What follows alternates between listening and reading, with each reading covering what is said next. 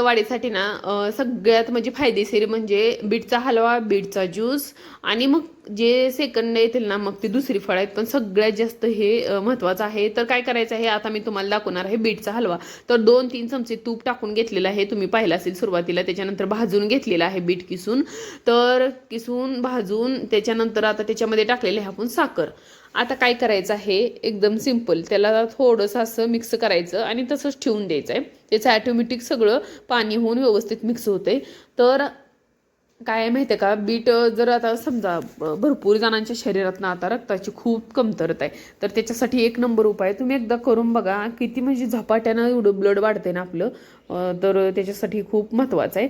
तर आता हे सगळं विरघळून झालं तर त्याच्यामध्ये आता टाकून घेतलेली आहे आपण मलाई आणि दूध, म्हणजे साई आणि दूध टाकून घेतलेलं आहे. तर याचं प्रमाण तर तुम्ही बघितले, 1-2 बीट होते किसून घेतलेले आणि त्याच्यामध्ये अर्ध्या वाटीच्या वर थोडीशी साखर टाकलेली, अर्धी वाटी टाकली तरी चालते आणि त्याच्यानंतर थोडीशी मलाई दूध टाकलेलं आहे. तर साखर ही तुमच्या आवडीवर आहे, तुम्ही किती टाकायचं काय. तर एकदम सिंपल पद्धतीने असा हलवा तयार आपला झालेला आहे. आता थोडंसं 3 ते 4 मिनिटं याला शिजवून घ्यायचं, जास्त शिजवायचं नाही, नाहीतर यातली प्रोटीन वगैरे निघून जातात. आणि ऑटोमॅटिक शिजून झालं की थोडासा घट्टपणा ह्याला येतोय आणि कलर तर इतका परफेक्ट येते ना, एकदम मस्त कलर येते. ती बघितल्यावरच आपल्याला असं खाण्याची इच्छा होते. आणि कसं आहे, एखादा पदार्थ आपल्याला जर बघून खाऊ वाटला ना तर तेवढाच तो आपल्या शरीराला सुद्धा मानतोय असं म्हणतात ना, तर एकदम खरं आहे. म्हणून जेवण ही म्हणजे पौष्टिक असण्याबरोबर दिसायला सुंदर असलं ना तर आपण तेवढ्याच आवडीने खाऊ शकतो ना, तर तसा पदार्थ आहे बघा ही. तर बीट ह्याचा ह्याला ना कलर खूप छान येते. हे बघा आता किती छान कलर आला एकदम ह्याला, म्हणजे फ्रूट कलर टाकून आपण कसा कलर येतोय ना, तर त्याच्यापेक्षा ओरिजिनल एकदम त्याचा कलर आलेला आहे. आणि तेवढंच प्रोटीन त्याच्यामध्ये असते, त्याचा कलरच नाही तर त्याच्यामध्ये प्रोटीन सुद्धा तेवढंच असते, त्यामुळं ते तसा नॅचरली कलर त्याला येतोय. तर आता इथं काल आमचा आठवडे झाला होता बघा बाजार, तर बाजार भरून ठेवायचा होता. सकाळचं सगळे गडबड गोंधळ उडालेलं होतं, पोरांना द्यायचं होतं शाळेत. तर म्हणलं चला आता पहिली इथलं उरकून घेऊ एकदा, किचन कट्याचं इकडचं साईडचं सामान व्यवस्थित ठेवलं ना तर मग स्वयंपाक करताना काही झंझट नसते. तर आता थोडंसं बटाटा फ्राय बनवून घेते आणि काय नाही, बटाटा फ्राय शेपू असं बनवून घेणार आहे भाज्या. तर आपण ना कधी कधी आपल्या स्वतःकडे लक्ष देत नाही बघा, त्याच्यामुळं ना आपल्या शरीरात ब्लड वगैरे कमी होतं आहे. आपलं काय होतं माहिती आहे का, जास्त करून लेडीजचं असं होते बरं का, की आपण स्वतःकडे लक्ष देत नाही आणि आपली चिडचिड वगैरे व्हायला लागली ना मग आपल्याला समजते काय तरी झालं नेमकं. की मग तसं कशामुळे होतं माहिती आहे का, आपल्या शरीरामध्ये ब्लड वगैरे कमी असले ना तर आपली विनाकारण चिडचिड होते. विनाकारण चिडचिडचं हे एकच कारण आहे, आपल्या शरीरामध्ये रक्त कमी असलं ना आपल्याला तसं होते. मुळात ना सगळ्यांना असंच वाटते बघा की लेडीजला काही काम नसते, पण हे खरं तर हे खूप चुकीचं आहे. कारण आपल्या एवढं काम अख्ख्या घरात कुणालाच नसते. म्हणजे पोरांचं शिक्षण सोडलं ना तर त्यांना बाकीचं दुसरं काय झंझट नसतं जेवढं आपल्या मागं असते. आणि आपल्या मिस्टरांचं कसं असते, त्यांचं काम झालं ना, त्यांचा पैशा पाण्याचा हिशोब झाला ना तर त्यांच्या डोक्याला दुसरं काही ताप नसते. आता माझं मत असं नाही की दुसऱ्या पुरुषांना काही काम नसते, म्हणजे जास्त हे नसते, लोड नसते, त्यांना लोड असते. पण आपलं कसं असते माहिती का, आपल्याला सगळ्या बाजू सांभाळून घ्यावं लागतात लेडीजला.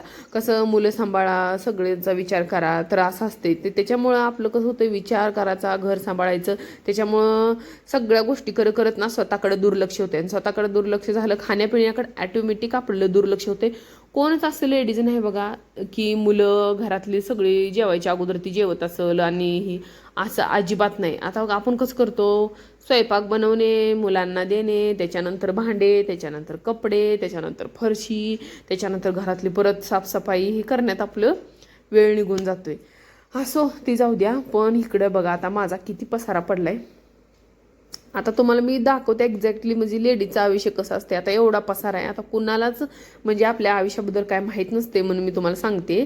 पुरुषांना तर आपल्याला किती काम असते. आता बघा ही इतकं म्हणजे हे मांडणी सुद्धा अस्ताव्यस्त झाले नाही, ही सुद्धा व्यवस्थित करायची आहे मला. हे बघा हे मुलं गेले नाही एवढा पसारा पडलाय मला. हे जे आणलेलं आहे ना आमचं काल आठवडे बाजार, तर तसंच पडले. आणि आता वाजलेले आहेत बघितले असेल तुम्ही 11:15. तर माझं इथंपर्यंत आता आवरलेला आहे. चहा, नाश्ता, त्याच्यानंतर बटाटा फ्राय, त्याच्यानंतर चपाती आणि काय आपलं हे बीटचा हलवा. तर बीटचा हलवा तर हे ऑप्शनल होतं, ते चवीसाठी थोडंसं शरीरासाठी केलेलं होतं, पण भाजी चपाती टिफिनसाठी केली होती.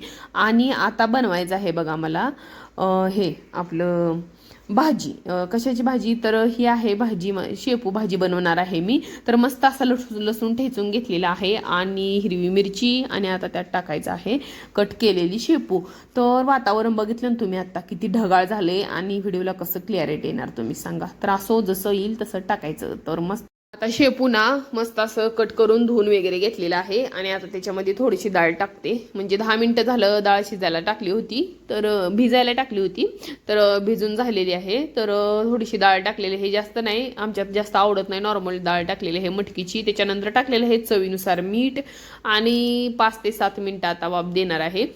आणि मीठ थोडंसं कमीच टाकायचं, कारण पालेभाजी असलं ना अवघड होते. काय होते माहिती का, एकदा जर आपल्या हातून म्हणजे जास्त मीठ पडलं ना तर आपण त्यात काहीच करू शकत नाही. कारण पालेभाज्यात ना आपण पाणी ओतू शकतोय ना दुसरं काय ओतू शकतोय, त्यामुळे मीठ खारटपणा काही कमी होण्याची शक्यता नसते. त्यामुळं टाकताना थोडंसं मीठ कमी टाकायचं. तर असो इथंच व्हिडिओ एंड करते. भेटूया उद्याच्या नेक्स्ट व्हिडिओमध्ये.